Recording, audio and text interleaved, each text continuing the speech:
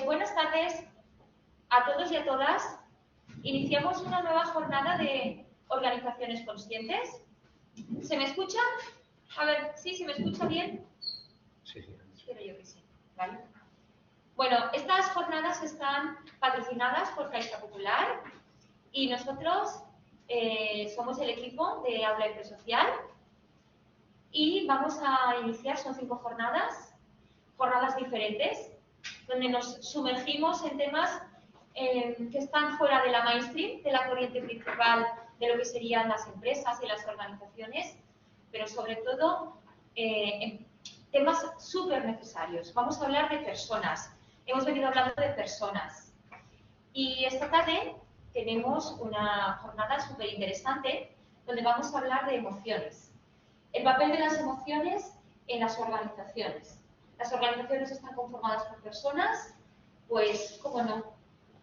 ¿Qué somos las personas? Un manojo de emociones, fundamentalmente, ¿verdad? Bueno,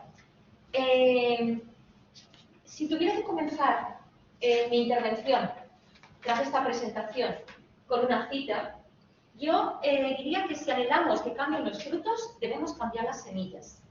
Y esas semillas son las organizaciones conscientes, que es de las que tenemos que engrosar a todas las organizaciones, empresas, sector público, sector privado, todos y todas tenemos que apostar por organizaciones conscientes. El conferenciante estrella, porque es con quien vamos a dialogar, es Emilia Artur, un experto en emociones, y yo soy Antonia Sajardo, ya lo he comentado, formo parte del equipo del Aula Empresocial. El formato es como siempre, vamos a abrir una ventana de percepción donde 2 personas están dialogando sobre un tema. El tema en este caso son las emociones y todo lo que ello implica. La jornada la terminaremos con Andrea Rey, que nos va a dar, pues eso, nos va a recapitular las ideas fundamentales, ¿vale? Bueno, yo voy a comenzar hablando un poquitín de lo que son las organizaciones conscientes. Creo que en todas las jornadas, ya llevamos 3, esta es la 4ª, he contado prácticamente lo mismo. ¿Y sabéis por qué? Porque somos seres de costumbres, somos seres que si repetimos aprendemos, y no voy a dejar de decir lo que voy a decir ahora mismo, que es una organización consciente y lo que implica, ¿vale?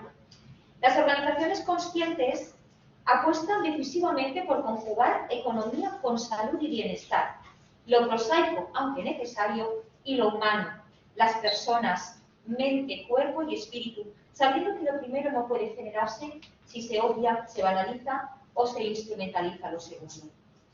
Organizaciones conscientes, antídoto y buque insignia frente a las evidencias y a las contradicciones, enfermedades del sistema económico dominante y a sus formas predominantes de hacer empresa, de actuar en economía. Pobreza, desigualdad, hambre frente a excedentes productivos, economía sumergida, ilegal, desempleo, es que me haga, ¿vale? Luego ya me la pongo.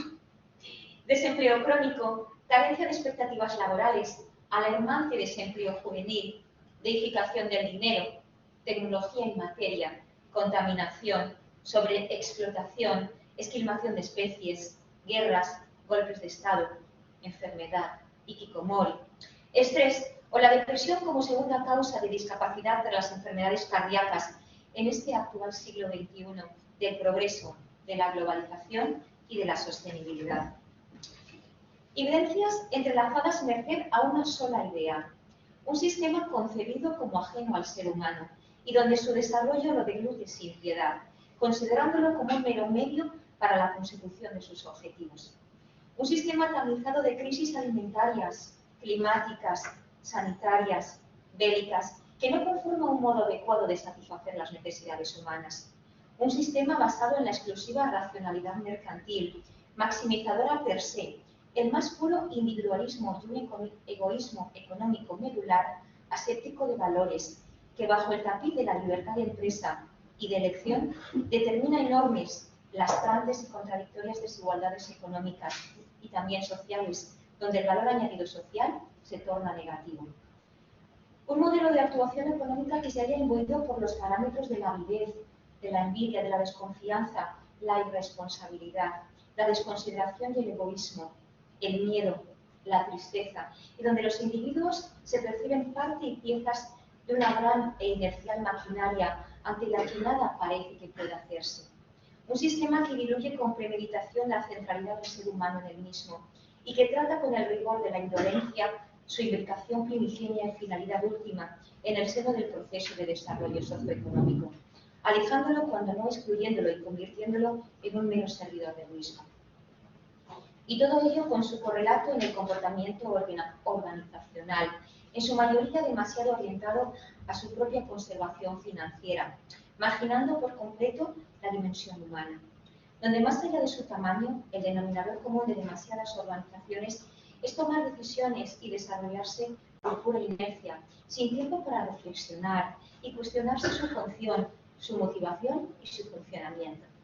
Organizaciones que no están dirigidas por la consciencia, sino por un mero instinto de supervivencia económica, determinante, por ejemplo, en España de que apenas 2 de cada 10 personas empleadas se sientan comprometidas con los objetivos de su organización. Ambientes laborales protagonizados por el llamado despido interior, es decir, un estado de ánimo caracterizado por la insatisfacción y el resentimiento de las personas empleadas hacia su organización. Personas que se han autodespedido, ellas mismas, que siguen yendo a la oficina pero están presentes solo de cuerpo, porque su corazón y su alma están ausentes. Y es que, ¿cuál sería la motivación que tiene una persona para dar de sí lo mejor si se la considera como un mero medio, siendo tratada como una máquina? Y así surgen las enfermedades corporativas, como el estrés, el síndrome del trabajador quemado, la depresión convertida en un fenómeno normalizado, con un imparable asentismo que en cifras estimadas muestra que más de 1 millón de personas en España falta cada día su puesto de trabajo, lo que cuesta a nuestro país más de 64.000 millones de euros al año, lo que equivale a un 6% del PIB. Y en este contexto, hoy en día asistimos a la denominada era del conocimiento, era que debe concebirse como una clara invitación al despertar de la humanidad en su conjunto, una era de la consciencia, donde a poco que uno se coloque las lentes para ver, se evidencian iniciativas, vocecillas que semejan discordantes, pluralidad de formas, modelos alternativos de hacer las cosas, intervenciones innovadoras, mixtura de formas que ponen en clara evidencia que la sociedad, las organizaciones y las personas en su seno laten, sienten, se reinventan y actúan, y donde las ideologías quedan de facto a un lado, apelando al sustrato final que les une, el ser humano, su humanidad. Un aro de luminarias conformado por organizaciones conscientes que a buen seguro deben indicar el camino. Y es que las organizaciones conscientes ubican al ser humano en el núcleo de todo proceso, de toda actividad, de toda acción en su seno. La centralidad de la persona como motor, como enzima, creador de realidades vivibles, amables, integradoras, justas, realizantes, capacitantes y, por supuesto, rentables. Organizaciones semilla, que promueven el cambio en la manera de ver las cosas, en el sistema de creencias y de comprender y de interpretar lo que sucede, propiciando alternativas y retadoras formas de pensar, de sentir y de interactuar con las circunstancias. Porque, como decía Carl Jung, quien mira hacia afuera sueña y quien mira hacia adentro despierta.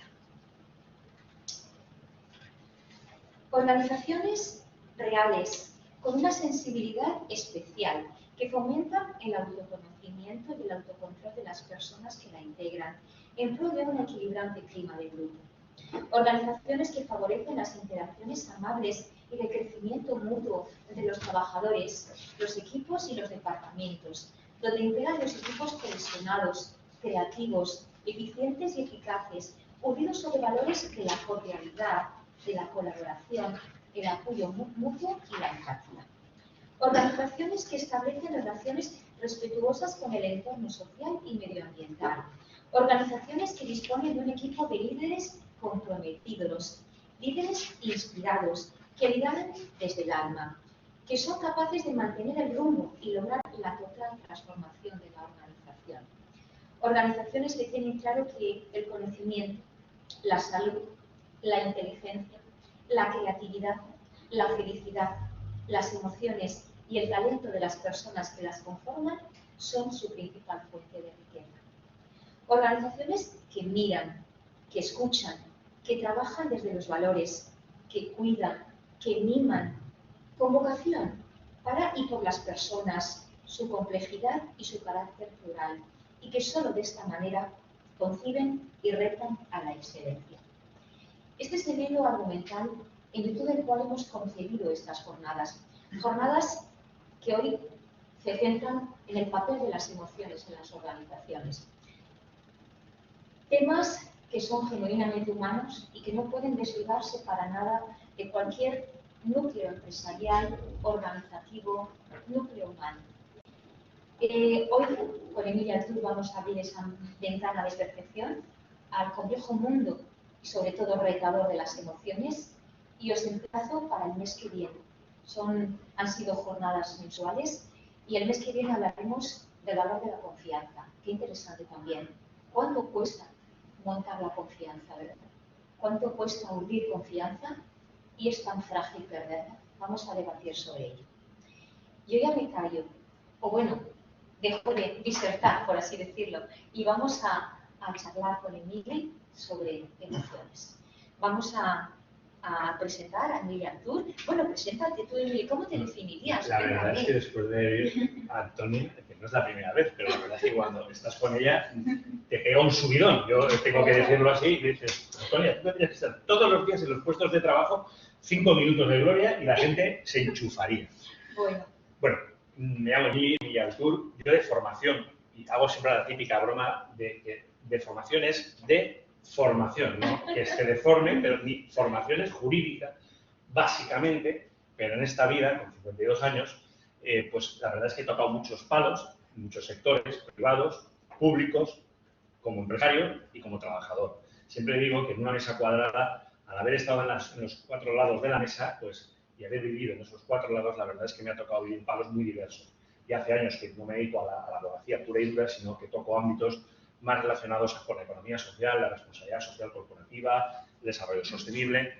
Y bueno, al haber estado también en lo público y haber trabajado en organizaciones pequeñas y muy grandes, de miles de personas, pues eso te hace estar en un púlpito, ¿no? Un púlpito de experiencias. Y yo quería empezar esta charla con una breve anécdota que me pasó hace años, de la cual deduzco un dato del cual todos somos conscientes, todas somos conscientes, pero que hay que ponerlo en valor. Pues era el año 89, en concreto el 1 de septiembre, y yo empezaba la carrera de Derecho. Me acuerdo que el profesor de bienvenida, hoy en día una personalidad pública muy importante, nos recibió diciéndonos que con la teoría de los 3 ochos, ¿no? Pues 8 horas para dormir, 8 horas para estudiar, 8 horas para vivir. ¿Quién pudiera? Eso en la vida real 8 horas para dormir. No es verdad, no es verdad, se descuadra por todos los lados, pero al tiempo sí que te das cuenta que al final el lugar de trabajo, si echas horas en el sumatorio de una vida, dices, ostras, ¿cuánto tiempo le he echado yo al lugar de trabajo? Con lo que si a eso se añade que yo estoy mal en mi centro de trabajo, en mi lugar, en mi empresa, sea la que sea, propia, ajena, la que sea, qué forma más triste de pasar por la vida, ¿no? Eso me hizo descubrir también el hecho de que quien sabe gestionar las emociones de las personas, a mí me gusta decir, quien sabe gestionar los egos del que tiene enfrente, triunfa en esta vida. Puede ser la persona más lista, más tonta, más guapo, más guapa o más feo. Pero si tú sabes gestionar el ego del que tienes enfrente, el tuyo desde luego, pero sobre todo el que tienes enfrente, eso es la clave del éxito. ¿Con esto qué quiero decir? Con esto quiero decir que en una entidad X, donde pasamos un tercio como mínimo de nuestra vida, prácticamente, esto no se nos enseña en las facultades, ni mirar la media de los que estamos aquí. Precisamente aquí, el Foro Sur, sois la excepción, lo cual se os agradece, pero tenemos un señor que tiene 95 años con una vitalidad brutal. Y después tenemos personas variadas en esta sala, ¿no? Bueno, pues eso da para mucho en una vida y da para muchas experiencias. Vivimos en una sociedad, en este caso la sociedad valenciana, la sociedad española, de una tradición cultural cristiana. No entro en debate, simplemente digo que vivimos en una sociedad de inspiración cristiana, latina, donde por el sudor de tu frente ganarás el pan que tengas que alimentarte. Quiero decir, donde el trabajo siempre se ha visto como algo negativo o es un ámbito donde vas a sufrir. Y eso no es per se, no ha de ser así necesariamente. Es verdad que hay factores, hay elementos que no dependen de ti. Tú, cuando eres un trabajador y vas a trabajar, pues vas a trabajar. Sí, pero tú puedes pasar por tu centro de trabajo, por tu empresa, por tu trabajo, de una forma normal, o puedes pasar aportando tú. ¿Y cómo puedes pasar aportando tú? Pues mira, yo, por mi experiencia, tengo aquí unos apuntes simplemente para seguir un poco de guión. No he querido hacer una entrada como Antonia, porque supongo que ahora hablaremos, ¿no? Pero ella ha dado un dato muy relevante.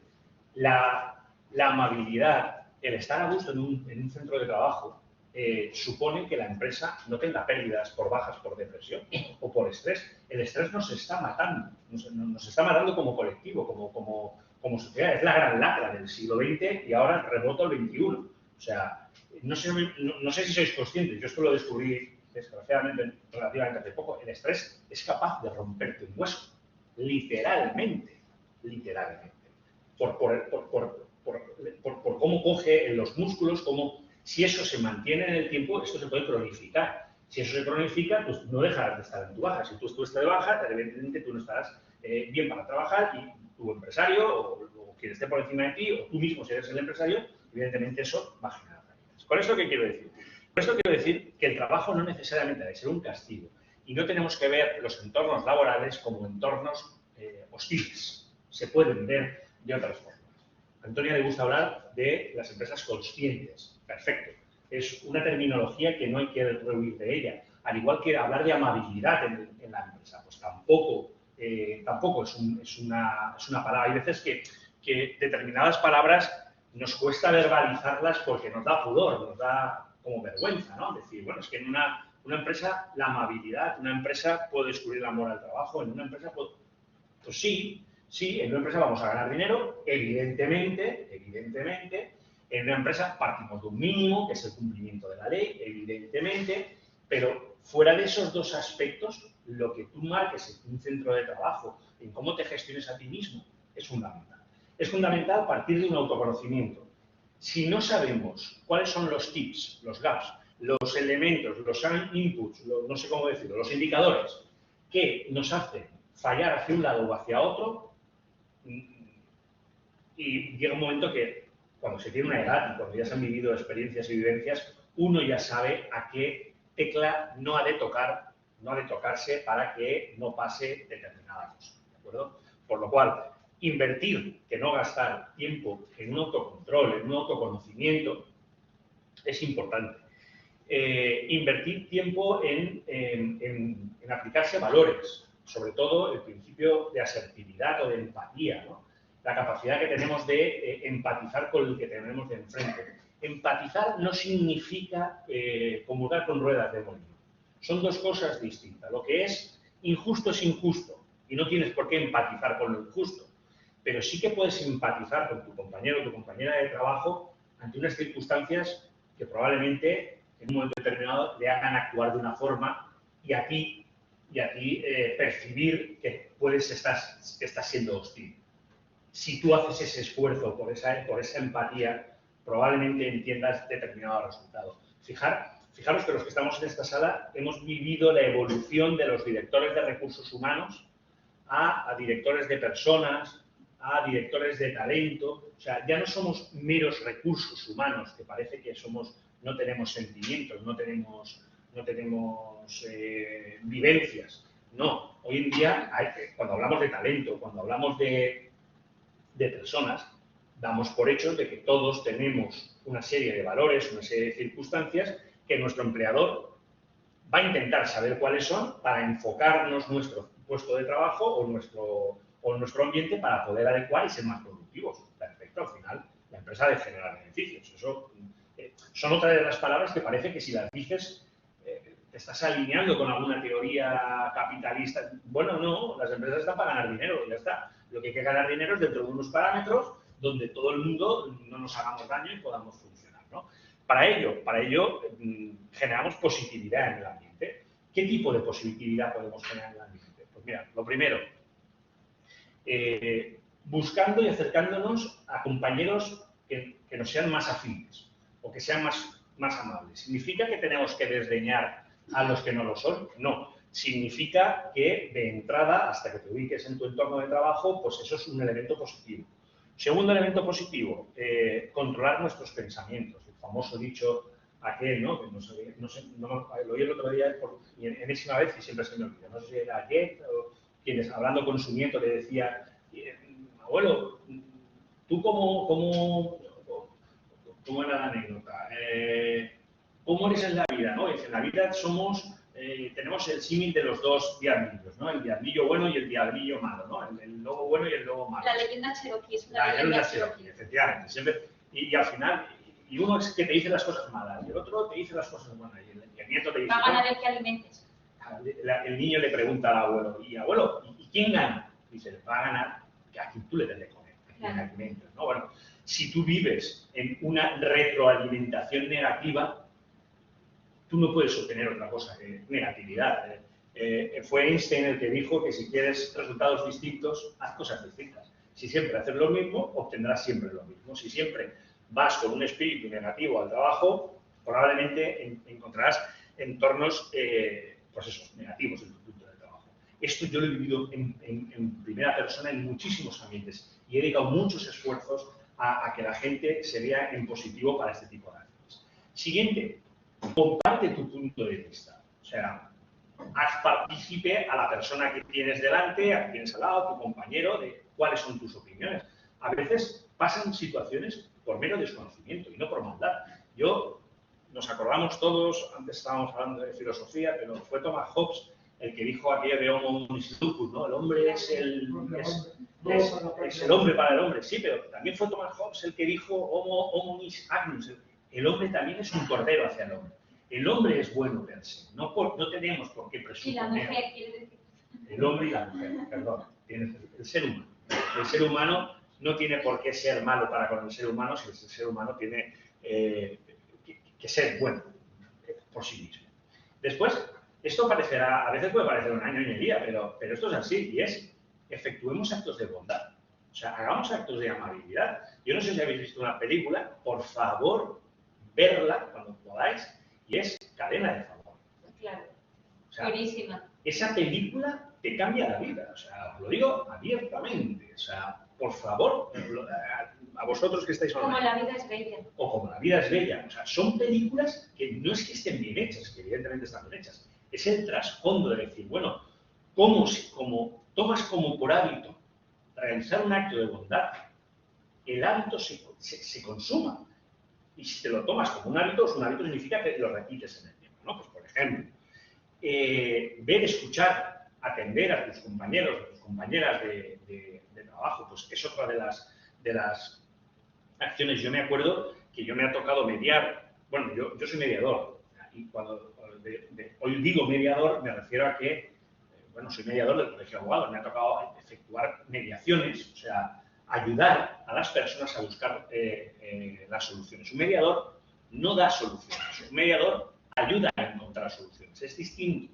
Un árbitro o un arbitraje decide sobre principios de equidad o de justicia, pero no deja de ser un tercero.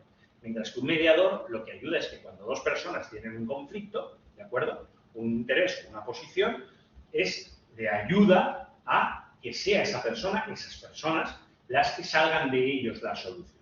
Bueno, esto te hace vivir situaciones tremendamente humanas, tremendamente experienciales, ¿no? Que es lo que me gusta. ¿Qué más querremos? ¿Qué más me gustaría? A mí me gustaría que habláramos también, que tú también me preguntaras. Perfecto. Me gusta mucho, aparte que lo hablo siempre, pero el discurso inicial que hace Toñi es muy bueno. La tristeza y, por consiguientemente, la depresión no es rentable. Fijaros, solamente por eso, esto ya sería un tema que tendría que estar tratado dentro de los índices y los planes estratégicos de las empresas. Cuando en una empresa hay muchas bajas por depresión o estrés, alguien se lo tiene que hacer mirar. Y ya no hablo de la propia mecánica de trabajo, que bueno, hay picos y picos, esto es así también en la vida, ¿de acuerdo? No todos los días son días estándares y uniformes, ¿no? Pues hay meses que se sabe que son muy problemáticos. Julio es un mes muy problemático. Diciembre es un mes muy problemático desde el punto de vista de la gestión de las emociones. La gente está más alterada. Yo quiero pensar que son porque estás pensando en clave verano o estás pensando en clave Navidad. Aparte de que son fechas donde si encima en tu familia pues no están todos los miembros, porque has tenido la desgracia de que has perdido alguno, son momentos muy emotivos, ¿no? Bueno, eso también... Bueno, pues esto se habla en las empresas. Hoy en día los directores las directoras de talento esto lo ponen encima de la mesa y en las fichas de las personas. Yo lo he vivido. Y la verdad es que lo agradeces porque haces que la empresa ves la evolución en la productividad. Además, hay estudios, los norteamericanos, que son muy dados a ello y tienen grandes corrientes psicológicas, de psicología. La verdad es que esto está contrastado, ¿no? Que cuando a las personas se las trata bien y se les infunde la amabilidad, se son más productivas, vas al trabajo con mejor espíritu y desde luego pues, se producen menos bajas. Ya el mero hecho de levantarte por las mañanas y pensar, uff, no, pero no puff porque me ha costado tarde que vengo de fiesta, que bueno, eso sería humanamente entendible porque todos somos físicos en cuanto a personas, ¿no? Pero sino decir puff a un lugar donde no te llena, donde solamente vas a cobrar un sueldo el día 30, pues evidentemente eso más pronto más tarde lo vives como un trauma. Yo, por ejemplo, por mi experiencia personal, cuando he llegado a decir al puff, me ha costado 2 meses continuar en la empresa. También es verdad que cuando tú te formas y te cultivas a lo largo de la vida tienes más opciones de poder elegir, eso también es verdad. Pero bueno, eso es un indicador, ¿no? ¿Qué más cosas podríamos hablar, Antonio? Pues bueno, yo... Cuéntame cosas. Sí, fijaros, Emilio nos ha estado hablando pues, del papel de que somos personas, de que las emociones hay que gestionarlas, y es que en la actualidad lo tenemos ya como encender la luz. Hablar de inteligencia emocional es algo tan... Bueno, todo el mundo ya aparece. Esto procede en 1990, realmente hace poco.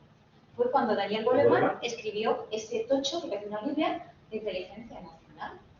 ¿Vale? Entonces, me gustaría que nos definieras qué es la inteligencia emocional para que las personas que estamos aquí en casa pues supiéramos qué es eso y que valorásemos cómo en las empresas se les puede ser más inteligentes emocionalmente. Y también me gustaría saber, y yo creo que todo el mundo, cómo introducir ese concepto, porque es cierto que lo primero que uno piensa cuando monta una empresa es la rentabilidad económica. Pero las empresas están conformadas por personas. Entonces, ¿cómo introducir? ¿Quién lo tiene que hacer? ¿El líder tiene que ser un líder particular? ¿O cómo haríamos? Y luego te preguntaré algunas emociones fuertes, ¿no? Sobre todo en entornos duros de trabajo. Eso también hablaremos. Pues mira, como decía Antonia, hoy en día se nos llena la boca con conceptos que han estado ahí, ¿no? Que muchas veces en valenciano diríamos a sos de trellar. Esto es de Shane, ¿no? Pero han estado ahí. Pero es verdad que cuando te llega alguien y lo categoriza, lo empaquetiza intelectualmente, le da un nombre, Daniel Goleman, años 90, por cierto, en YouTube, en las charlas TED, hay alguna charla de él espectacular, traducidas al castellano. ¿Ha publicado un libro? Inteligencia emocional después del COVID. Del COVID, sí señora, sí señora. Yo no lo he leído, pero sé que existe. Bueno, pues bien, este hombre lo que viene a categorizar es que lo que nos dice es que hay muchas inteligencias. De hecho, la Universidad de Valencia hasta hace 4 días, desconozco el por qué lo dejó de hacer, daba un máster que se titulaba un máster de inteligencias múltiples, ¿de acuerdo? Y las inteligencias múltiples, y entre ellas la inteligencia emocional, es las formas, los métodos que tenemos de aprender, ¿de acuerdo? A través de una serie de habilidades que tenemos, porque todo el mundo tenemos habilidades innatas y nos es más fácil determinadas acciones. Pues unos tienen más habilidad hacia la música, otros hacia el deporte. Pues estoy hablando de los diversos tipos de inteligencia. Si no me equivoco, eran 8 en total. Bueno, pues la inteligencia emocional lo que te viene a decir es que la capacidad de aprender a ponerte en la posición del otro, a ser asertivo, el principio de alteridad que decía Raymond Panica, a mí me gusta, me encanta ese concepto, ¿no? El de alteridad, alter ego, ponerte en el ego del otro, en el otro. hace que tú visiones el problema desde fuera. Y ahora os pongo un ejemplo real. Hace unos años, 7 u 8 años, no estoy muy, vamos a ver, sí, 7 u 8 años, por un trabajo que tenía en ese momento, yo tuve una experiencia muy bonita en la India, en la zona más pobre de la India. La India son dos mundos. La India sabéis que es un continente en sí mismo, es brutal. La zona norte es una zona rica, la zona sur, o sea, es la India que todos nos imaginamos, pero por 10, si no lo ves, ¿no? Yo estuve en la zona sur, en concreto. Estuve un mes allí. Bien, allí viví experiencias con indios y con indias, hindús, básicamente, pues espectaculares, muy emotivos. Es verdad es que cuando vas a la India, el famoso dicho de que o vienes odiándola, es que no vuelves, o vienes amándola y te quedarías. Yo sí me descuido me quedo. Y cuando vine aquí, estaba trabajando en una organización, en este caso una organización pública muy potente, muy grande, y venía la gente a hablar contigo y te decía, tú, Remigio, Tim, tengo este problema. Y yo decía, para, no, yo, perdona, pero vengo de este sitio. Tú tienes un contratiempo. A las cosas hay que darle su nombre. El nombre es muy importante, ¿eh? George Orwell, con 1984 ya nos lo dejó marcado a todos. Lo que tú quitas del diccionario deja de existir, la gente no tiene el concepto. Tú quitas el concepto huelga, la gente no se revela. Bueno, no, pero vamos a ver, tú no tienes un problema. Tú tienes un contratiempo. Un contratiempo es un contratiempo. Problema lo tienen aquellos. Aquellos tienen un problema, ¿no? Bueno, pues eso, desde luego, es una forma de entender, ¿no? Y Daniel Goleman, pues esto lo paquetiza y te dice muchas cosas. Y una de las fórmulas fundamentales a la hora de intentar aplicar la inteligencia emocional es lo que se denomina la escucha activa. Y vais a decir, hombre, normal, ¿que cómo es la escucha? Pues mirad, no es lo normal. Y no es lo normal por lo siguiente. Cuando yo ahora en estos momentos estoy produciendo un monólogo, prácticamente. Yo soy un emisor y tengo enfrente un receptor, ¿de acuerdo? Vale, tú cuando generas un diálogo conceptualmente son mínimo dos personas, uno emite, el otro recibe, el que recibe emite, el que ha emitido recibe. Y te vas nutriendo. Eso es un diálogo. Eso es una escucha activa. Tú escuchas. Cuando tú haces duólogos, es decir, tú haces tu monólogo, lo escupes. El de enfrente hace su monólogo, lo escupe. Tú vuelves a repetir tu monólogo, lo escupes. Eso no es un diálogo, eso no es una escucha activa. Muchas veces no escuchamos, muchas veces oímos o estamos presentes sencillamente para rebatir más que para aprender. Entonces, la escucha activa es el elemento fundamental de la inteligencia emocional. Es decir, saber escuchar. Y para saber escuchar es muy importante, uno, el silencio. El silencio es un activo. Si se sabe gestionar, saber escuchar. Dos, el lenguaje no verbal, cómo nos expresamos, que la parte que emite el discurso sea consciente de que su discurso está siendo recepcionado a través de asentimientos, a través de gesticulaciones, es muy importante. Y sin la escucha activa no hay inteligencia emocional, ni hay capacidad de asertividad ni de empatía. Inteligencia emocional y empatía van de la mano. Entonces, esto es una fórmula, ¿no? ¿Cómo se hace muchas veces? ¿Cómo se hace? Pues se hacen juegos. Así de claro, juegos. Lo que ahora se denomina gamificación, que toda la vida ha sido jugar, pues ahora se llama gamificación.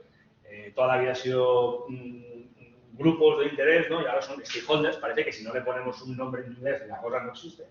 Pues, ¿qué le vamos a hacer? Toda la vida hemos tenido un relato y una historia. Hoy en día tenemos una storytelling. Bueno, pues esto es igual, ¿no? ¿Cómo? Team building. Exactamente, un equipo de trabajo, ¿no? Bueno, pues esto se hace, se trabaja. ¿Cómo? Pues practicando. Yo voy a hablar de unas cosas y tú tienes que escucharme y aportar valor a lo que yo hago. Y al final hacemos un discurso. Bueno, pues eso se escucha, por ejemplo, ¿no? Y eso se hace mucho en las organizaciones.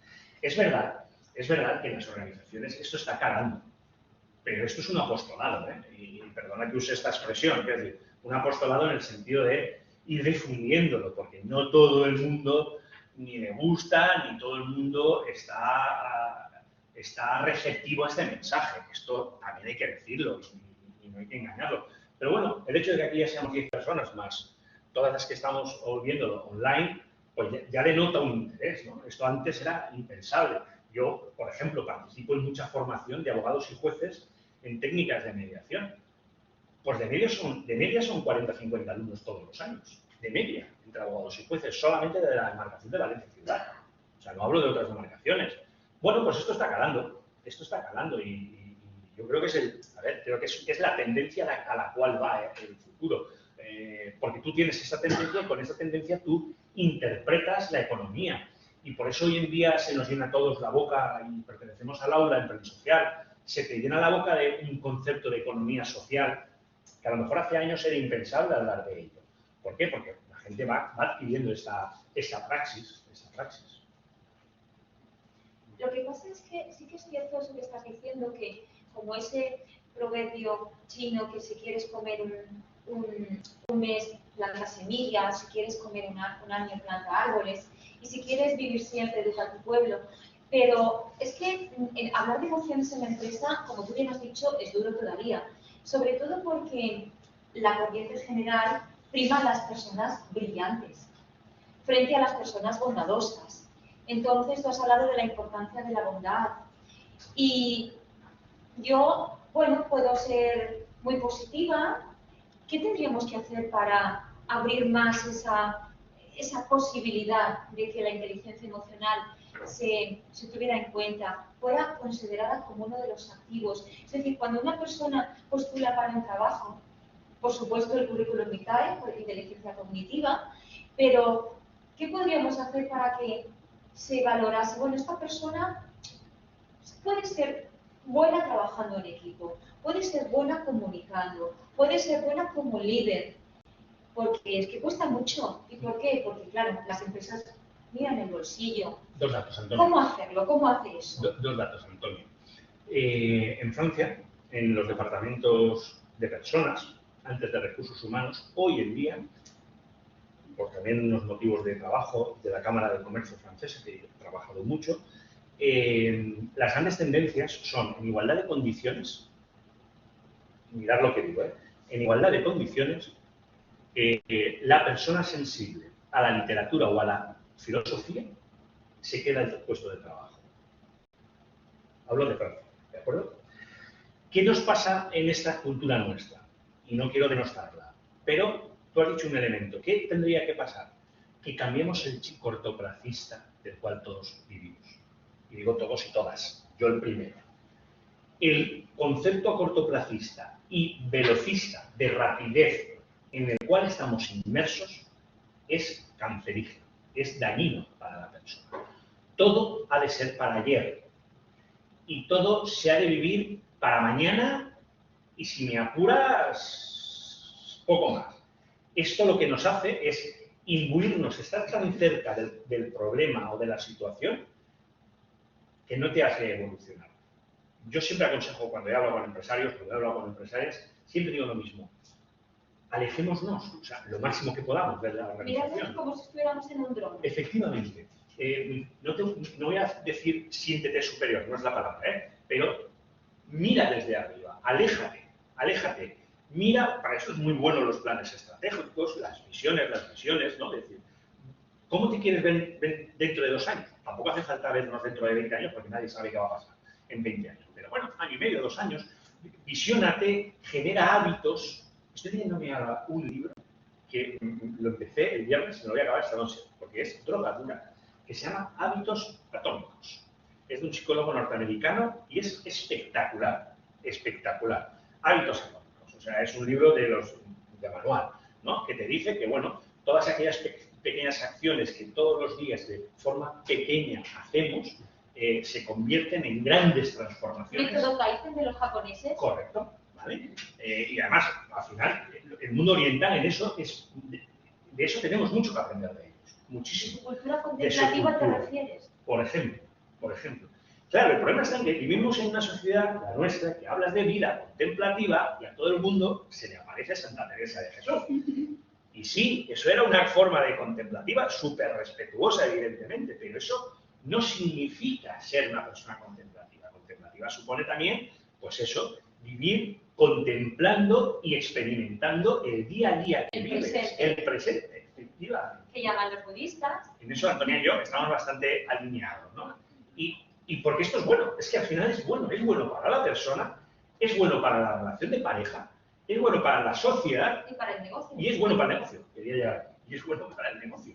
Con lo cual, yo siempre digo lo mismo. Ganar dinero es lícito, sí señor, sí es buenísimo ganar dinero. Y es una obligación de las empresas. Exactamente, y es una obligación de las empresas. Pero encima, podemos ser felices, podemos disfrutar. Y ser felices no significa irse de fiesta con el jefe o con la jefa. Eso no es ser felices, eso es algo accesorio. Ser felices es que no te cueste levantarte para ir a trabajar, que sepas que el producto que tú estás elaborando, el que sea, es decir, si eres un consultor o un productor, lo que sea, pues tiene una finalidad en sí misma y le hace un bien a alguien, no sé a qué, a alguien. Pues es esa gotita, ¿no? Es esa gotita que tal, ¿no? También creo que fue Einstein, creo que fue que dijo, una gota menos en el mar no lo hace distinto. Y dice, sí, pero es menos mal sin esa gota, ¿no? Es decir, al final todo suma. Y eso, en este tipo de concepción de la empresa o de la amabilidad de la empresa, es fundamental. No tenemos que huir de esas terminologías. Al final, en la vida te das cuenta de que los conceptos son muy importantes. Y los conceptos que se viven con experiencias personales que cada uno ha vivido donde sea, pues moldean situaciones, ¿no? Y ahí están ahí para ello. Sí, la verdad es que yo con las nuevas generaciones creo que no estoy muy preocupada, porque así como saben manejar todo tipo de estructuras de Internet, yo creo que el concepto de inteligencia emocional lo tienen claro. Bueno, digo las nuevas generaciones, que no, y María Montessori es muchísimo tiempo antes, ¿no? Por ejemplo. Pero Emilio, vamos a ver, estamos inmersos en el capital financiero, ¿vale? Es una economía de capital financiero. ¿Qué hacer con esos grandes tiburones que todavía piensan que las personas sí o sí tienen que ir a trabajar presencialmente, porque a lo mejor si están en teletrabajo se escaquean, que las personas tienen que ir así piñón fijo sin mirar atrás, que el macho alfa o la hembra o la oveja reina es la que triunfa? A mí eso es lo que más pena me da. ¿Qué podemos hacer ahí? Y eso es lo que tenemos ahora, ¿eh? Porque yo estoy convencida de que si hicieran un telediario en el que solamente se dedicaran a emitir noticias sobre cosas positivas que pasan en las empresas, cerraría el telediario. Parece que nos da un poco de morbo ver esos aspectos más, no sé. Pues fíjate, yo hoy, Antonia, esta reflexión que le he hablado en muchos sitios, en muchos foros, yo ahí discrepo cariñosamente. ¿Ah, sí? Yo no sé hasta qué punto triunfaría un tipo de radio en el cual cuando vas a llegar al trabajo no llegas ya llorando. Me explico. Cuando sales de tu casa y vas al trabajo y pones X emisora, ya entras de mala leche. Pues necesariamente tienes que entrar de mala leche porque en el trayecto solo te han dado malas noticias. No digo que no haya que darlas. Las malas noticias, si existen, existen, punto. Pero dices, ¿de verdad solo hay malas noticias en la vida? La verdad es que el ser humano como ser humano solamente concibe malas acciones. No es verdad. O sea, no es verdad, ¿no? Tú dices lo de los tiburones. No lo sé, pero mirad, en pandemia, esta maldita pandemia que hemos pasado, o estamos en fase de estar pasando, ¿os acordáis los ejemplos? A mí me encantó el ejemplo que pusieron con la ciudad de Madrid y su famosa boina de contaminación. Ah, sí. ¿Cómo desapareció? ¿Cómo desapareció? Yo fui a Madrid en pandemia y yo eso lo he visto. O sea, yo he visto la boina porque es que la ves cuando vas por la Arganda del Rey, tú la ves de fondo, tú ves. Y me impactó, dije, ostras, es verdad. Es decir, esto es en el ámbito del medio ambiente, pero en el ámbito de lo social pasa lo mismo. Quizás la inmediatez, quizás la rapidez, quizás el cortoplacismo sea un aliado de estos tiburones que tú comentas, ¿no? Contra eso, yo creo que todos tenemos nuestro granito de arena. ¿Sustitución generacional? Pero sí que es verdad que algo multiplicado por muchos es más efectivo que no nuestro granito de arena, eso es inevitable. Pues acciones mínimas como esta, la de hoy, o muchas otras que se pueden producir en los territorios. No sé, este no es el único foro donde yo he asistido, no como ponente, sino incluso como oyente también, de ver esto, con lo cual dices, bueno, esto empieza a estar en las agendas, ya es algo. Y cuando un Larry Flynn, que es el gestor de fondos más importante del mundo, BlackRock, que tiene más activos que la mitad de países del planeta. O sea, que un señor controla un fondo de inversión que tiene más activos que la mitad de países del mundo. Ya lleva años que en su carta a los directivos en Navidad se cuestiona que el único fin de las empresas sea ganar dinero, se cuestiona que sea el único fin. Y ya diga, no señores, introduzcan elementos de ESG, ¿no? Elementos de gobernanza, de social y de medioambiental, ¿por qué? Porque si no, al final, si destruimos el planeta, no ganaré dinero. Yo seré el más rico del cementerio. Pues ya está, perfecto, seremos el más rico del cementerio. Bueno, pues yo creo que esto es una cosa, yo no te sabría decir si es generacional o no, cambiará cuando cambie la generación, no lo sé. Pero, evidentemente, todos los que estamos aquí vivimos inmersos en ellos y los que tenemos algo más de edad que otras personas que no la tienen, hemos visto también esa evolución. Yo lo he vivido también, de pensar que solamente era el dinero y llega un momento que dices, bueno, pues quizás no sea el dinero, quizás esa famosa frase que se nos dice ahora, que somos la primera generación que vamos a dejar a nuestros hijos un planeta peor de lo que no lo hemos encontrado, quizás podamos revertirlo. Yo quiero pensar que sí. Yo confío en los ODS, en los Objetivos de Desarrollo Sostenible. Yo confío y confío en las personas que nos lo creemos y que poco a poco pues hacemos nuestras políticas de reciclaje y hacemos nuestras políticas de lucha contra el hambre y hacemos nuestras políticas de igualdad de género y de brecha económica. Yo me lo creo, porque es así y porque cada vez es más difícil tapar lo intapable. O sea, yo, un ejemplo, a mí cada día me cuesta más asumirnos la palabra. A mí me cuesta cada día entender más la discriminación por razón de sexo. O sea, y no quiero quedar bien, ¿eh? Cuidado de género. Perdón, de género, perdón, Sí, ¿no? perdón. Pero, ¿me entiendes, no? Quiero decir, y hasta hace X días, pues hombre, pues yo evidentemente seguía sin entenderlo, pero ves que cada vez cuesta más justificar algunas acciones, ¿no? ¿Cuándo ha sido? Pues no sé si esta mañana o ayer. Ayer. Fue ayer, estaba oyendo una charla en internet de empresas que tenían de un consejo de administración de 9, 8 hombres, una mujer, y veías que se negaban a aplicar en un real decreto, que decía, no que era una cosa voluntaria, que era el de las retribuciones, publicidad de las retribuciones, el real decreto del año pasado, ¿no? Dentro de lo que son las políticas de igualdad de género. Claro, se negaban a publicarlo porque se notaba que esa mujer, que era una de 8, o sea, 8 contra 1, era tal dispar la variación de masa salarial en igualdad de condiciones que, claro, cantaba, ¿no? Decía, bueno, esto cambia y lo vamos a ver, Que va a cambiar no con la rapidez que nosotras creemos, también, pues probablemente, ¿no? Pero que va a cambiar y que estamos en la línea, esto, vamos, totalmente. Bueno, el contrapunto lo podríamos poner con empresas como Amazon, donde los entornos amables distan mucho, o empresas como Primark, ¿no te parece? Sí, pero fíjate, Antonio, es verdad. Y ahora voy a contar un ejemplo que me ha pasado a mí en persona con Amazon. Yo trabajo yo llevo la responsabilidad social corporativa de una fundación que nos dedicamos a ayudar a personas a encauzar su vida a través del empleo. ¿Cuál es nuestra sorpresa cuando Amazon tiene 2 plataformas en el área metropolitana de Valencia, ¿de acuerdo? Cuando nos llama el director general, cada plataforma tiene un director general, nos llama el director general de la segunda plataforma que ha oído hablar de nosotros y que quiere tener una reunión. La verdad es que al principio nos mostramos escépticos, ¿no? Porque decías, bueno, ¿quién hablaba a nosotros de él? Yo no, yo tampoco, del equipo directivo, ¿no? Pues bueno, pues habrá visto algo en internet, yo qué sé, ¿no? Viene una persona joven, formada, creyente en cuanto a las políticas de igualdad, como persona. Una persona que viene, hablo de este en concreto, yo no digo que sea toda la organización, evidentemente, pero al final es, como lo decimos los valencianos, toca pedra fa pared.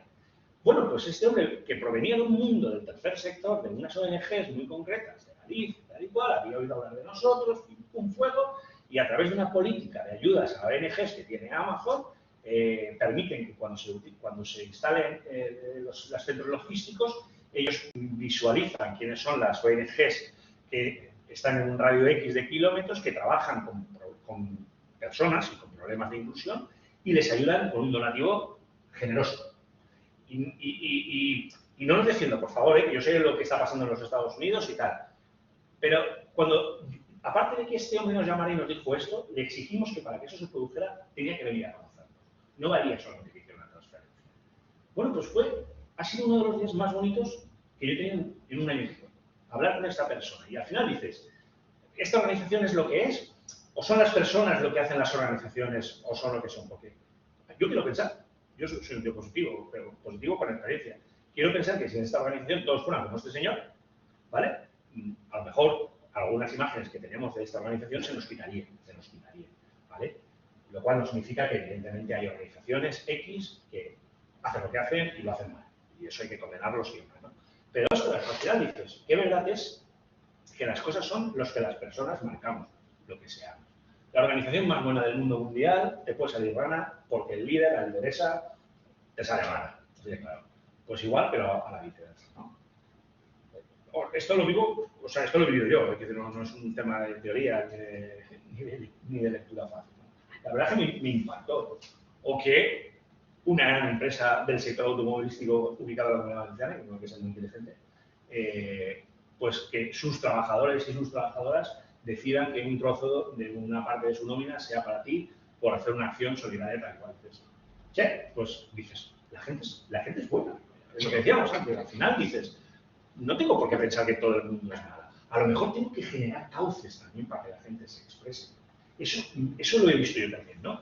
Ver cómo muchas personas querían, pues veías, pues tú lo intuyes, al final ya desarrollas un sentido que dices, a esta persona... ¿El sexto sentido? Sí, sí, no sé si llamarle sexto sentido, sí, sexto sentido, ¿no? Es decir, esta persona, si yo le diera al canal, reaccionaría. Pues a lo mejor yo tengo que saber generar el canal, ¿no? También. Todos tenemos una parte de responsabilidad. A nosotros nos gusta decir mucho, donde yo trabajo, que todos somos responsables de todos. Todos somos responsables de todos. Y que no es verdad que no se pueda hacer nada. Eso es un pensamiento catastrofista. Se puede hacer, todos podemos. Ahora bien, si nos dejamos vencer por la biología humana y por, como yo digo, por la condición humana, el sofá tira mucho. Pero a todos, a mí también, ¿eh? A veces no pensemos que no, a mí no me tira el sofá, claro, me tira el sofá. Pero al final, si tú haces ese esfuerzo y generas ese hábito, pues al final tú haces tu granito. A mí me encantan esas dos frases y para mí son un leitmotiv de mi vida, lo digo abiertamente. Todos somos responsables de todo y si yo puedo ayudarte a ti, que no sé quién eres, no sé cómo te llamas, ¿por qué no te voy a ayudar? ¿Cuál es lo peor que voy a obtener? ¿Nada? ¿Ya lo tengo? Una experiencia. Una experiencia, pues es una experiencia, ya está. Y después, que no es verdad que no se puede hacer. Claro que se puede hacer. Lo que pasa es que tienes que tener ganas, voluntad y a veces tener el momento. Hay momentos en las vidas que son más proclives que otros, eso es así, eso también es verdad, ¿no? Pues bueno, ese autocontrol, ese autoconocimiento que hablábamos, ¿no? Es fundamental. Yo siempre digo lo mismo, cuando en algunos discursos dices, mira, yo me reconozco que tengo defectos, pero también sé cuáles son mis virtudes. O sea, y intento mitigar unas y potenciar otras, y jugar con unas y anular otras. Bueno, pues eso ha sido también años de trabajo. Esto no me despierto por la mañana y digo, oye, Emilio, ¿haces esto? No, pues te han dado guantazos, ¿no? Como dice el dicho, unas veces se gana y otras veces se aprende, ¿no? Nunca se pierde. Pues esto es igual. Entonces, eso se fomenta esta situación. Emilio, ¿y qué pasa con las emociones especialmente difíciles? Porque, por ejemplo, la envidia, la ira, la rabia, ¿cómo gestionar eso? A ver, aquí yo con las emociones, y esto cuando lo hablamos en el máster... Y también te quiero preguntar si hay límite a la empatía. Porque... Bueno, sí, mira, hablamos de la primera pregunta. La primera pregunta. Yo no soy médico, punto número 1. Y es verdad que hay patologías que son médicas. Y eso no hay que negarlo tampoco. Porque cuando a uno requiere a un profesional, pues va a un profesional. Yo tengo un problema de lumbalgia, pues voy a un fisio, ¿no? Pues cuando uno tiene un problema con un apartado de su personalidad, es bueno que vaya a un psicólogo y que se lo trabaje. El problema está que nosotros tenemos categorizado el ir al psicólogo o ir al psiquiatra como si fuera eso de ir al demonio. Y esto es un poco por concepto. Y yo creo que los que estamos en esta sala y los que nos estamos viendo, sabemos que no es verdad. que son pues como el oftalmólogo o el dentista, ¿de acuerdo? Son profesionales que saben de lo suyo, tienen sus recursos y te ayudan a encauzar traumas y malas vivencias. ¿Y dónde está el límite de la empatía? Yo te diría que la empatía no tiene límite siempre y cuando tú mantengas tu personalidad. El problema de la empatía es cuando te has pasado de rosca. Y esto también se pasa. Y esto también lo dices. Mira, una cosa es que estemos de acuerdo y otra cosa es que tú quieras ser yo.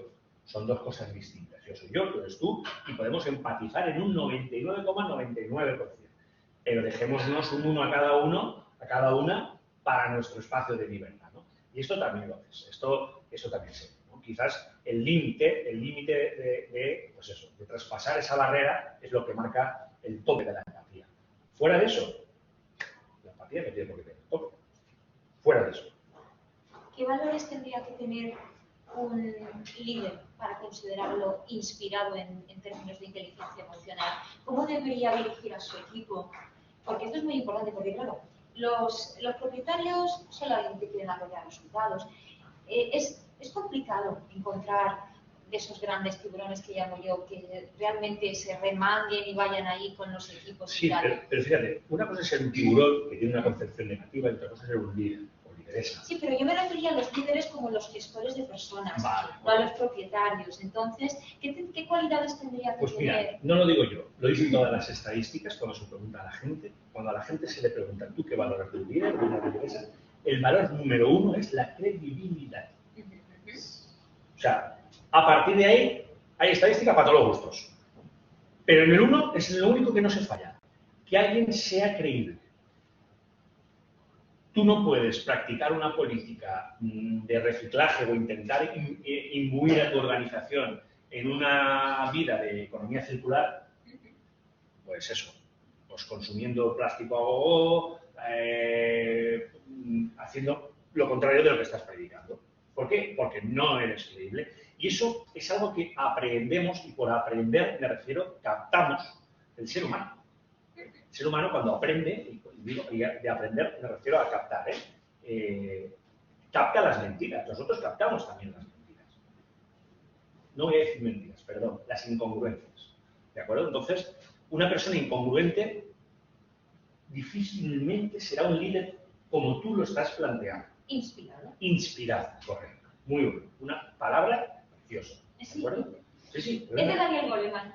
Exactamente, un líder inspirado. Un líder con el que solamente hace falta oírlo para decir, yo me apunto. A ver, hoy 23 de mayo del año 22, yo sigo escuchando, porque alguna vez me lo he puesto, recientemente me leí una novela que tenía que ver sobre ello, el famoso discurso de Luther King, de Yo tengo un sueño, sí. Y yo lo sigo firmando. O sea, yo si lo dijera esta noche, no pasa de fecha. No pasa de moda ese discurso, ¿no? Dices, ostras. O esta misma novela, ¿no? Cuando John Kennedy va en el 62, creo que es, o 63 a Berlín, y dice aquella famosa frase de que yo soy berlinés, haciendo ver, o sea, porque el problema que estaba pasando con lo del muro y tal, ¿no? Dices, ostras, eso es un líder. O sea, eso es alguien que inspira. Que inspira es que te llenan los pulmones. Es que la palabra lo dice. Dices, los otros, pues bueno, son gestores. Gente que puede haber tenido mejor o peor ducha en la vida. A mí me gusta el otro día, claro, cuando hablamos de líderes, muchos tenemos en mente pues a Teslas, a Bezos, tenemos tal, yo no voy a enmendarles la plana de todo lo que han hecho, yo no voy a entrar en ese detalle. Pero las falsas historias también cuentan, y las falsas narrativas, y los falsos garajes donde nacen falsas empresas, también hay que desmitificarlo. Pero eso cuesta, ¿de qué? Pues una sentada y leer. ¿Con ello qué quiero decir? Con ello quiero decir que a veces cuando conoces, cuando inviertes, yo cuando hablo de estudiar o leer nunca digo gastas tiempo, porque para mí eso no es gastar tiempo, para mí es invertir tiempo. ¿Vale? Cuando inviertes leyendo, toqueteando por Internet, hoy en día Internet es una fuente de información y de desinformación, pero vamos a tomarlo en la parte positiva en este caso. Y ves unos orígenes y indagas, pues a lo mejor ves que no son como te lo han querido vender, ¿no? Y no nacieron como nacieron de la nada más humilde y hoy tienen el emporio que tienen. No, porque si uno nace con 120 millones de dólares de inicio, no me vendas que naciste con una mano delante y la otra detrás, empresarialmente hablando, porque no es verdad. Y esto pasa. Entonces, estos líderes, bueno, yo no les quito el gusto o no les quito pues, lo que han conseguido hacer. Pues bien, perfecto, yo no voy a entrar ahí, pero no queramos dar una imagen que no es, porque al menos está ahí. Para mí eso no es un líder. Para mí un líder era Gandhi. Para mí un líder es un líder sudafricano que murió, che. Mandela, perdón. Nelson Mandela. Estas personas hicieron de su vida un ejemplo.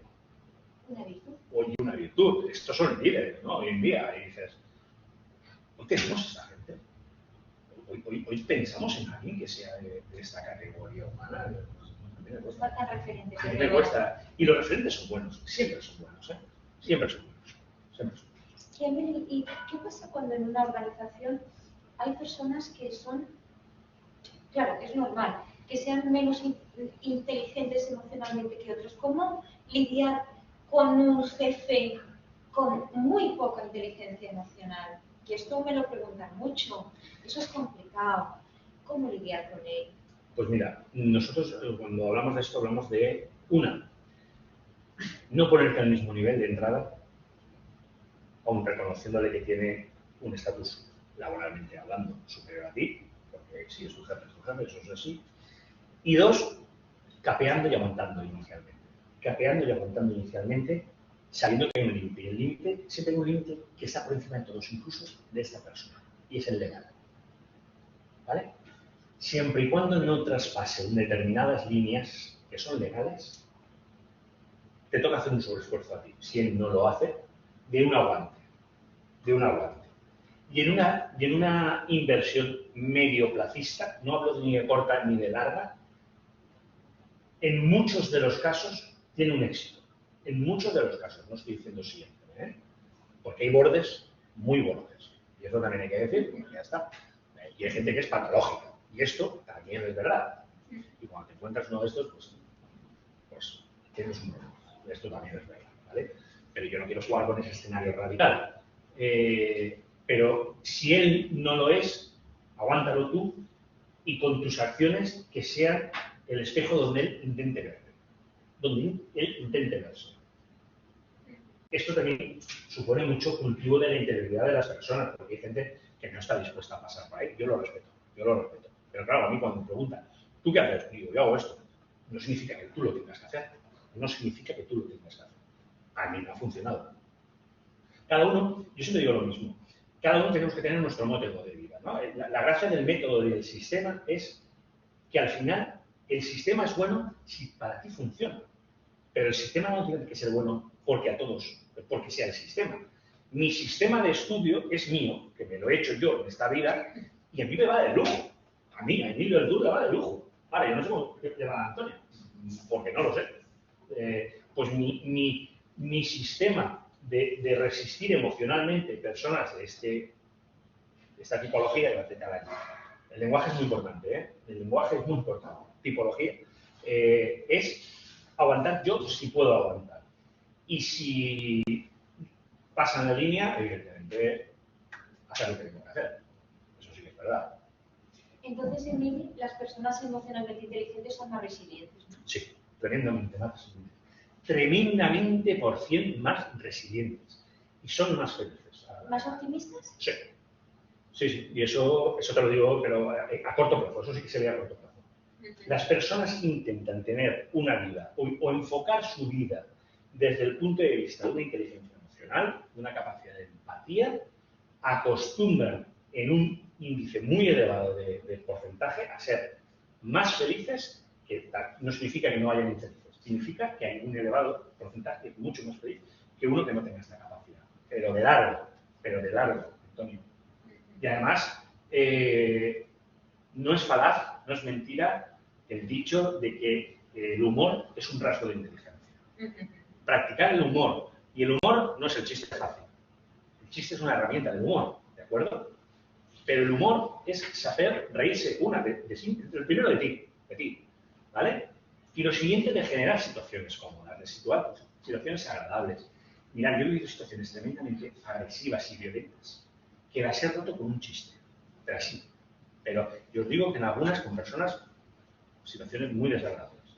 Y soltarlas, o sea, con un chiste sabiendo que era el chiste que había que contar, ¿eh? También os lo digo. Y no con ello quiero decir que yo soy muy inteligente. Digo que el humor puede romper situaciones de estrés, de agresividad, y esto no lo digo yo, esto es ciencia pura y dura, quiero decir, los psicólogos te lo explican muy bien, ¿vale? El humor es una técnica de romper el hielo. Estamos ya acabando y me gustaría que sintetizaras, porque el título de nuestro diálogo se llama Entornos amables en la empresa, ¿no? Entonces, en unos cuantos tips, ¿qué sería una empresa con un entorno amable? Pues mira, una empresa con un entorno amable es una empresa donde si no hay un motivo justificado que provenga de una razón física, tú ves sonrisas. No digo que veas a la gente descojonándose, ¿eh? No estoy diciendo eso. Digo que ves sonrisas. Con humor. Con humor, que no es hierática y donde hay actos de bondad. O sea, hay una técnica que me gusta y la digo y la voy a decir porque no puedo acabar esta charla sin decirla. Proponernos hacer una buena acción todos los días. La cosa más chorra del mundo. Una buena acción todos los días. La cosa más tonta del mundo a la persona que... Pero yo a ti, o a ese señor que me pasó el otro día en Consum, en concreto, pues que era acción. En este caso, cosas que te vienen porque te vienen, ¿no?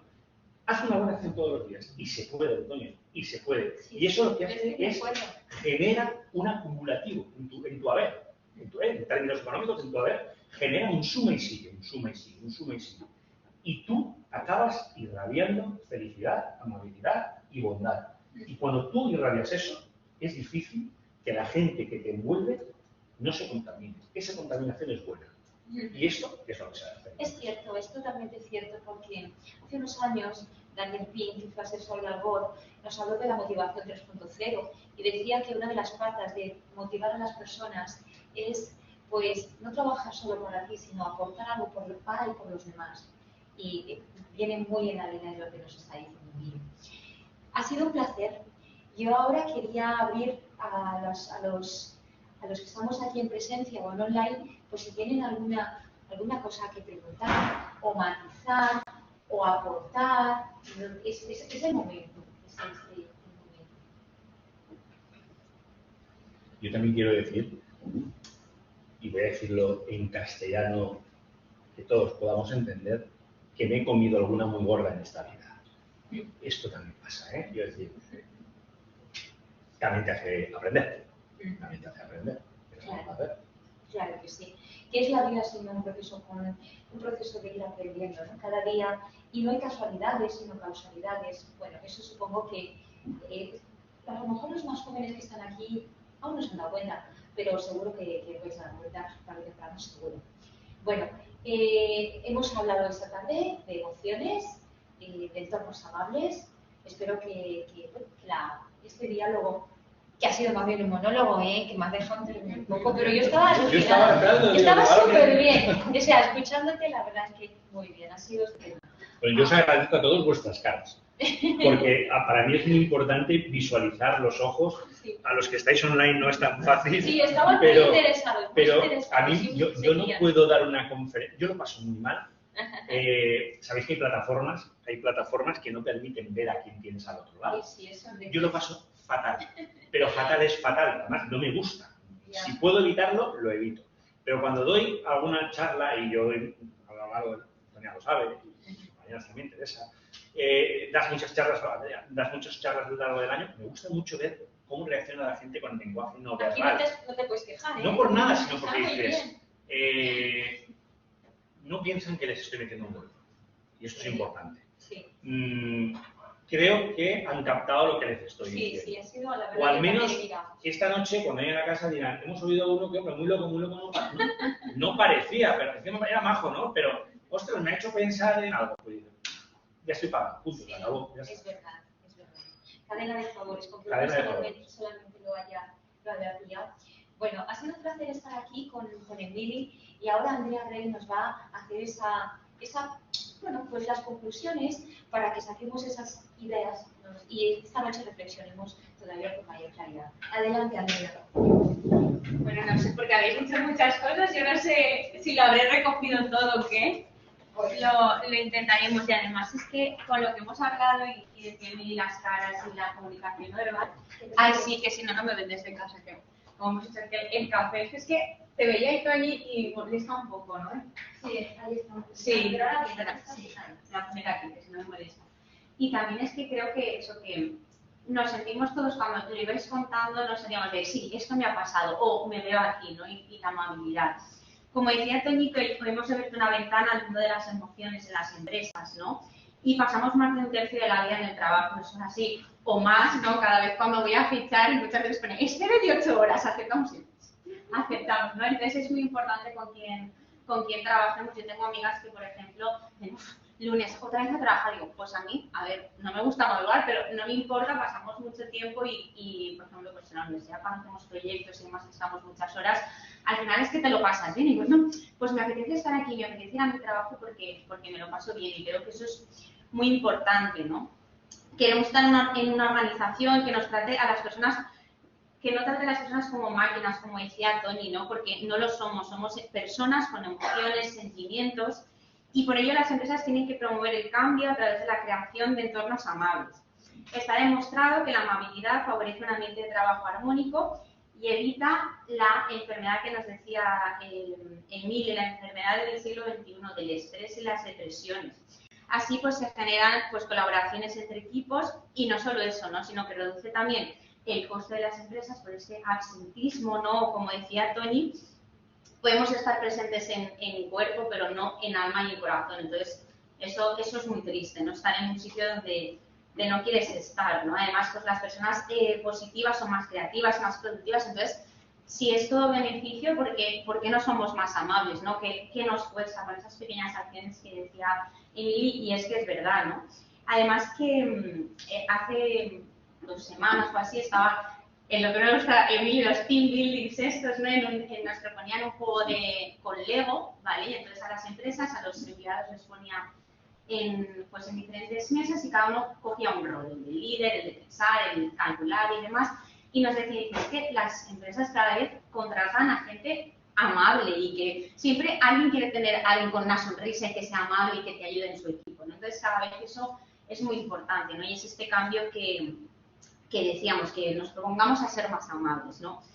¿Qué pasa? Que las personas pues tenemos este carácter plural y la cooperación y la amabilidad son innatas en nosotros, como decía Toñi, este carácter plural, ¿no? Creo que lo habías llamado, pero que si no se cultiva se pierde y en esta sociedad que siempre vamos con el estrés, el poco tiempo, el lo quiero todo para ayer, ¿no? Es muy difícil, ¿no? Entonces, pues que lo promocionemos y que bueno, que cojamos ese tiempo, eso que nos cuesta un hola, buenos días, ese tiempo de no, es que voy corriendo, es que no tengo tiempo, es que no cuesta nada, nuestras pequeñas acciones que lo interioricemos, ¿no? Y bueno, pues ahora que sabemos lo que es un entorno negativo, ¿no? En el que trabajar, pues no lo hagamos, dejemos esa ventana abierta que hemos abierto hoy y que intentemos pues que los demás también lo hagan, que los demás la abran, que no cuesta nada, esas pequeñitas acciones de ese poquito tiempo. Y nada, que seamos amables y seamos felices, que es lo que también nos han querido transmitir, ¿no? Gracias. Muy bien. Bueno, pues acabamos la jornada de hoy, nos hemos sumergido en el mar de las emociones y os emplazo a la próxima. La próxima la tenemos el 27 de junio, en el mismo sitio de donde partimos este ciclo, en la sede de Caixa Popular. Y ahí hablaremos del valor de la confianza. Una última jornada como un broche de oro para acabar este ciclo de este curso y el año que viene seguro que seguimos hablando de organizaciones conscientes con otros temas vinculados, relacionados, pero siempre muy interesantes. Un placer a los que estáis aquí y un placer a los que nos habéis seguido online. Os espero ver pronto. Gracias.